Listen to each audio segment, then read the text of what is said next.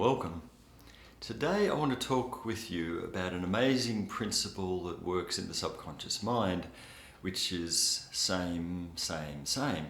Now what that means is that for our subconscious mind, which is the vast majority of our powerful mind, our intellect is only the tip of the iceberg, for the vast majority of our subconscious, unconscious mind, when we live something, that's real. When we imagine something, that's real. When we see something on a screen, that's real. For the subconscious mind, same, same, same. Now, the downside of that, I remember back at uni, this is 30 plus years ago now, but someone's saying that when a child sees something on the TV, let's say it's an earthquake or something on the telly, some natural disaster, well, the kid runs to the window.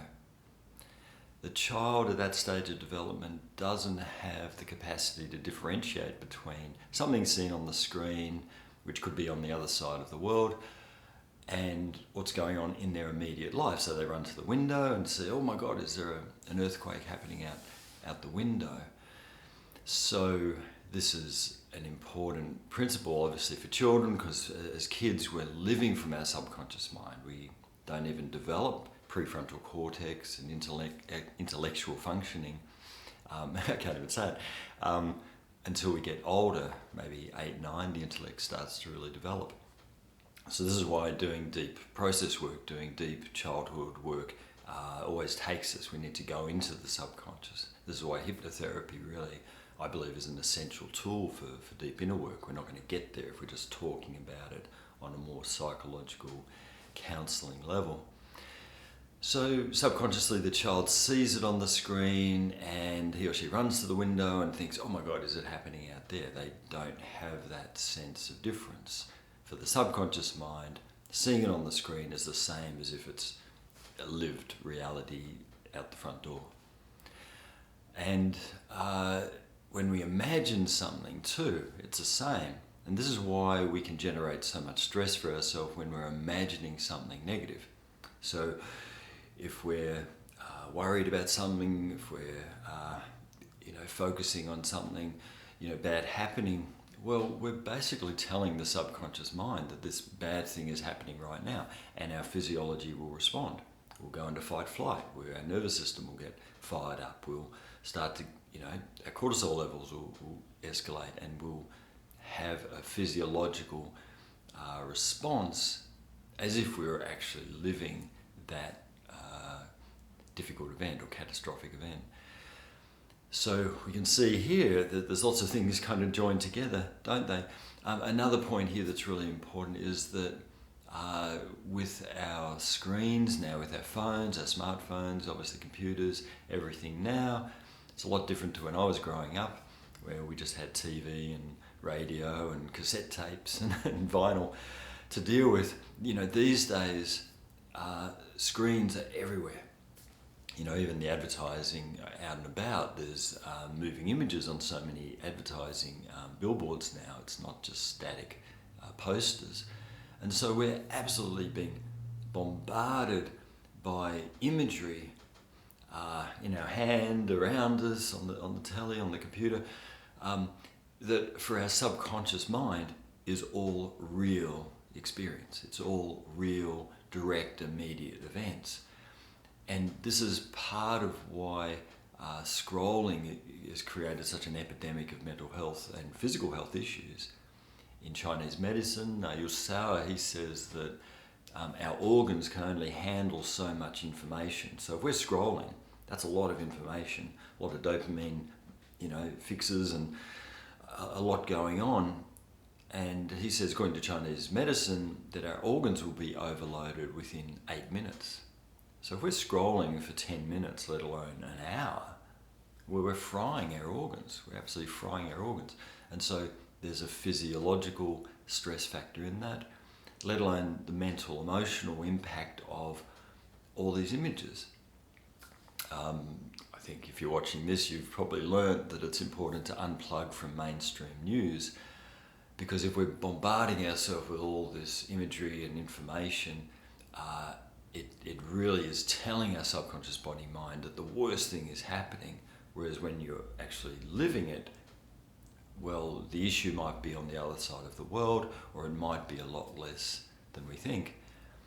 I heard someone just the other day say how during the recent cyclone we had here in the Gold Coast, Queensland, which was impending, and it looked like it could be pretty catastrophic. Our prayers worked, and it backed off, and it stayed offshore and settled down a bit, and was much less damaging than it could have been. High winds, a lot of rain. Yep, and there was certainly some damage. But she had friends ringing from interstate saying, "Oh, are you okay? Is your house still standing? Have you survived?" Because according to the news reports that they were seeing, it was like full scale, category 5, cyclone demolishing everything in its path. So it's a good example of how our lived reality can be very, very different to the information we're getting either from a screen or from our own imagination. So the positive hack in that is, well, when we moderate our screen use, when we're careful to filter out too much negative impact from external sources, as in screens, TV, mainstream, what do they call it, doom porn, filter out the doom porn, and sort of protect our peace, protect our mind from too much of that. And of course internally as well, we really need to catch ourselves when we're going into worry, going into catastrophic thinking, going to some, excessive worry. What's that saying? Worry is praying for something bad. We need to work on that. And of course, dear viewer, that can come from very deep wounding. That can be generated by unresolved trauma. That could be something going back to the very start of our life. And so it's easy for me to say, well, don't worry, or switch off the negative thinking so we're not generating that internal imagination source of stress for the subconscious. I do know, of course, that can be driven from very deep levels that are getting activated, coming up for healing, in which case I'd encourage you to continue on your healing journey, do the inner work, get some help, because our psychological defenses will not let us access that on our own initially. With a bit of help, after a while, we can start to access it ourselves. But initially, our defenses won't let us go there. I know that from my own experience personally, and I know that from 30 years of practice, that no one deals with deep unresolved trauma on their own, not at the start. Once we crack the shell, we can start to do more process on our own. So please, don't just try to, manage on your own there, or, churn around in excess suffering there, or just try to do it from, your own reading and practice. We do need some modality to help initially. Now, if we get really positive with this, the good side of all this, the good news in this summer principle, the same principle, is that, well, if we imagine something, if we visualize something, if we see pictures or things externally that reinforce what we want, for the subconscious mind, that is the same as actually living it. And the beautiful, powerful, truth in that is that by doing our inner work, by changing what we hold, by imagining something better, even though we might be in a difficult situation, whatever the external, reality might be, when we create an internal reality that's positive, that's more happy or free or peaceful or joyful or whatever we want, well, for the subconscious body mind, that's as powerful as living it. So we may not be able to change it externally right now. We might be in a very difficult situation, but we can change it internally using the power of our mind, our thoughts, our imagination, our feeling, our heart. We change the internal reality. And for the body mind, everything adjusts. this is why I'm so passionate and excited still about inner child work, is because when we get in there and we change the memory, we're not changing the past doesn't exist, but we can work with the residue from that past. However awful that might be, we can clear out the negative residue, replace it with positive. I often say to my clients, we want to get your inner child feeling like they had the best childhood the kid ever had. And we can do that. And of course, in that process, we're lighter, we're freer, we can get on with our lives. We're not hamstrung by unresolved wounding. So let's do a little process now. I want you to close down your eyes if you can, if you're in a safe place to do that, just for a few minutes here. And I want you to just take a nice deep breath, just to settle your awareness and allow your awareness to turn inward. And you just hear the sound of my voice. As you drop in, you're always conscious, you're always in control, but you turn your awareness inward into the landscape of your subconscious mind.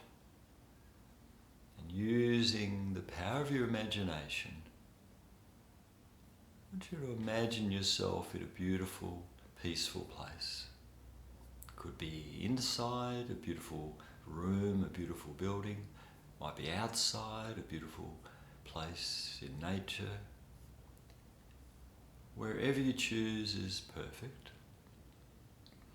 But be there now.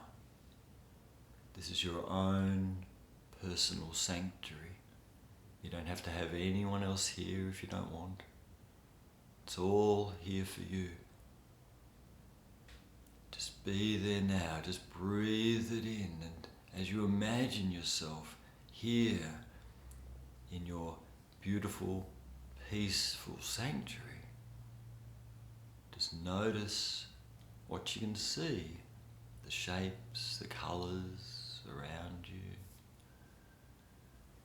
Just breathe in the smells, the fragrances. Just notice, what can you smell? And just gently hearing the sounds that come to you. Might be silent. There might be just some gentle sounds you can notice. As you breathe in, you can taste this place and sense it. Sense it with your touch. You might be walking or sitting or lying. Just feel the sensation of what your body is touching. As you enjoy this imagination, just notice how your body-mind is responding. How's your nervous system? How's your mind? Quieter than before? How's your heart space? How are you feeling? Maybe at the start there were denser, heavier emotions. Now you might notice some lighter feelings, maybe more peaceful, maybe more calm, maybe even a beautiful, blissful sense of peaceful joy. And just recognize that you have created this. Same. Just using the power of your imagination, which is the language of your subconscious mind, you have created this state for yourself.